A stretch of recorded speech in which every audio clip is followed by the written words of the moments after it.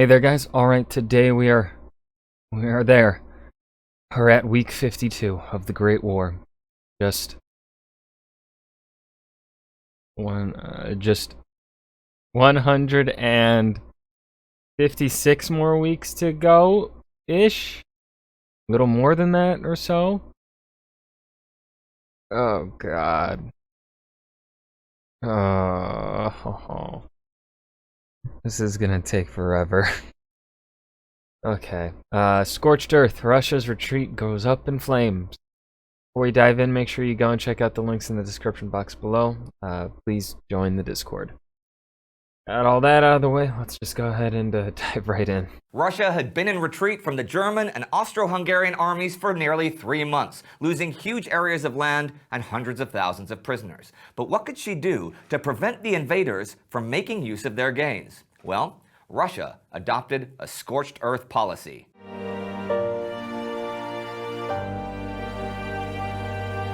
I'm Indy Nidell. Welcome to the Great War. The big news last week was a new German offensive that was designed to sweep from the Baltic down to Bukovina. The ongoing Gorlice-Tarnov offensive was gaining new ground further south. The British and French made small gains at Gallipoli, but at a big cost in men. And the stalemate continued in the west as the Germans again failed to cross the Yser Canal. Here's what happened next. The German phalanx under General August von Mackensen moved inexorably. I like his hat. It's a scary hat, but it's still it's an intimidating hat. It fits him. You know, you look at that face and you're like, yeah, that's a guy that would wear that kind of hat. Onward. There was heavy fighting this week between the Bug and Vistula rivers, but the Russians still stubbornly defended the Lublin-Chelm railway line, even as they retreated along their entire line. Things were really looking grim over in the Polish salient, where the Germans attacked both north and south of Warsaw on the 19th. The Germans also stormed the fortresses of Rochan and Pultusk and crossed the Narew River. But as the Germans advanced in Poland, a lot of people weren't sticking around to see how things would turn out. The Russian High Command received reports of large-scale, systematic depopulation of the Plock district northwest of Warsaw, where Russian units had uprooted 22,000 of 25,000 inhabitants and torched their villages in a scorched earth policy. Actually, all Russian-controlled areas subject to the threat of invasion came under military administration. And the principal thought concerning Nikolai Yanushkevich, chief of the general staff, was to scorch the earth and leave the invaders nothing but wilderness. Thing is, the effect of this was really terrible for industry in any cities under threat, as Warsaw was now, for example. But think of the effect on the civilian population. Peter Gatrell's book about Russian refugees during the war has this first-person experience. We were forced to burn our homes and crops. We weren't allowed to take our cattle with us. We weren't even allowed to return to our homes to get some money. Oh. By the end of 1915, yeah, I know it's jumping ahead, by the end of 1915, there would be 3.3 million refugees in Russia. You had families that ran successful farms who were totally impoverished. Industrial cities would lose their entire workforce. In Warsaw, the whole population was eventually told to leave because it was worried that the Poles really supported Austria-Hungary. Refugees also carried disease like typhus or cholera, and since they now had nothing, they would often have to resort to looting just to survive. So the army, on its great retreat, while admittedly leaving little of use for the Germans or Austrians, was making things a lot more difficult for itself, particularly clogging what was already a totally inadequate system of transportation. To make things even worse, Yanushkevich was so anti-Semitic that it pissed off the Russian public opinion. And considering the thousands of Jews killed in Russia during the pogroms of the last couple of decades, that's pretty serious. So certain areas were cleansed of supposedly unreliable elements, like those of German ancestry or Jews. Having said that, there was a positive side for Russian Jews as well. Until mid-1915, they had been mostly limited to living in cities and towns in the Pale of Settlement since the time of Catherine the Great 120 years earlier. But the Pale would soon be abolished as the Great Exodus continued, and Jews would be allowed to relocate further east and also to settle in the countryside instead of only the towns. I mentioned disease briefly, and now I'm going to talk about it a little more deeply, but far to the south at Gallipoli. This week at Gallipoli was fairly quiet compared to all the action so far in June and July. But here's something that I haven't talked about there yet: sanitation. Now, corpses were left to rot in no man's land at Gallipoli since the whole area was covered by fire. And with the rotting corpses and the summer heat came the flies. Millions of flies. These were more than just an irritation because they were feeding on the liquid feces that filled the open latrines.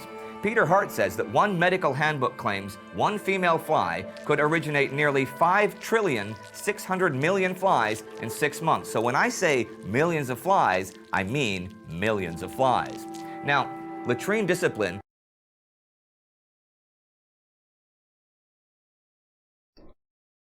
Maybe, yeah, I think I'm just gonna stop eating breakfast before I record. Ugh. Was theoretically of major importance, and all latrines were to be covered and fly-proof. But, you know, this wasn't a camp. It was a battlefield, and the whole place was, again, under fire. So there was neither the wood, the space, the disinfectants, or even the time to begin to cope with sanitary issues. Toilet paper was a highly prized luxury, and hygiene, by this time, was pretty much non-existent. So the millions of flies carried a cocktail of infections, such as dysentery. Thousands of men suffered intense abdominal pain, and a lot of them didn't even have the strength to make it to the latrines, which only made things worse. Water shortages made dehydration a huge issue too. Paratyphoid came with the dysentery, so a lot of men suffered from both, and symptoms included, but were not limited to, fever, headache, stomachache, vomiting, shivering fits, bronchial coughs, diarrhea, vertigo, deafness, aching joints, and rashes. And if you managed to avoid getting sick, you still had to deal with the lice, which affected pretty much everyone. At least on the Western Front, there were delousing centers. There was no such luxury at Gallipoli. One other common problem was soldier's heart, which is when you'd become so weak from disease that some of your bodily functions would begin shutting down, and you would be totally breathless after even the slightest exertion. The strength of the troops was literally wasting away. And in the British House of Commons on the 19th, total Dardanelles casualties through June 30th were announced as 42,344. And the stalemate there continued. And another front that seemed to also be turning into stalemate was the newest one, the Italian front. Now, the Italians had actually made some small advances against the numerically inferior Austro-Hungarian defenses. But by this week, which saw the Second Battle of the Isonzo, you could pretty well see the emerging pattern. The Italians used simple frontal attacks, relying on force of numbers and courage to carry the day over the Austrians. And in this, they were to be disappointed again and again and again. Italian Army Chief of Staff Luigi Cadorna was completely inflexible and seemingly without imagination, but he had unshakable self-confidence and learned nothing from repeated setbacks when he so like most other generals of this time period. Cool. Used the same tactics over and over. He even believed that the failures were only caused by a lack of determination by his men.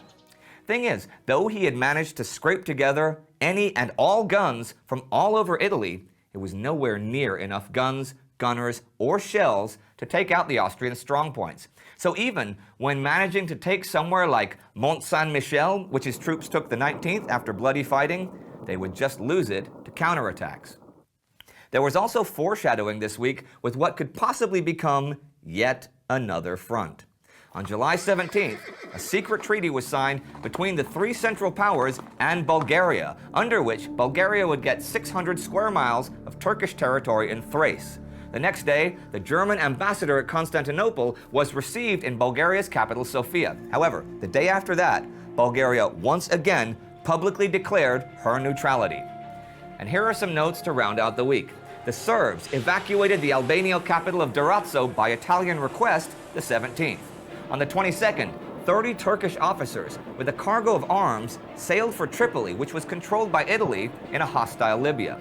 Many Italians would demand war against the Ottoman Empire for this blatant attempt to arm rebels. So, another week, the 51st of the war, ends, with the Russians still in retreat, still losing thousands of prisoners and destroying their own territory to confound the attackers. The Western Front was quiet, but that just meant thousands of casualties instead of tens of thousands of casualties. Gallipoli too was quiet, but the nightmare there continued, while the Italians tangled once again with Austria. So the Russians were scorching the earth. Perhaps it was essential, for if places like Warsaw were to fall, with all of their factories, railway lines, and military equipment, what a huge boon that would be for the conquerors. But still, what a man-made hell it was for the civilians, the refugees who numbered in the millions. Imagine that. Say you have a farm in Poland. You're too old to fight, but your sons go to war. Perhaps one or more even survive the first year. And then you, your family, in spite of doing your patriotic duty, are ordered to leave your home, your possessions, your dignity, and relocate God knows where and God knows how, maybe turning to crime to survive and being jailed or killed in consequence. The tragedies of this war are never ending. And the tragedies were everywhere. Sure, the men in the trenches were fighting and dying for whatever reason the generals just came up with, but the women at home had their burden to carry too. And we made a special episode about the role of women in the First World War, which you can check out right here. Okay, so the first year of World War I has come to a close, and we'll be moving on to year 2. Oh, this series is gonna take me forever. Well, that was Scorched Earth. Russia's retreat goes up in flames. Great War, Week 52. I hope you guys enjoyed. Remember to hit that like button and subscribe for more, and I will see you guys in the next video. Peace.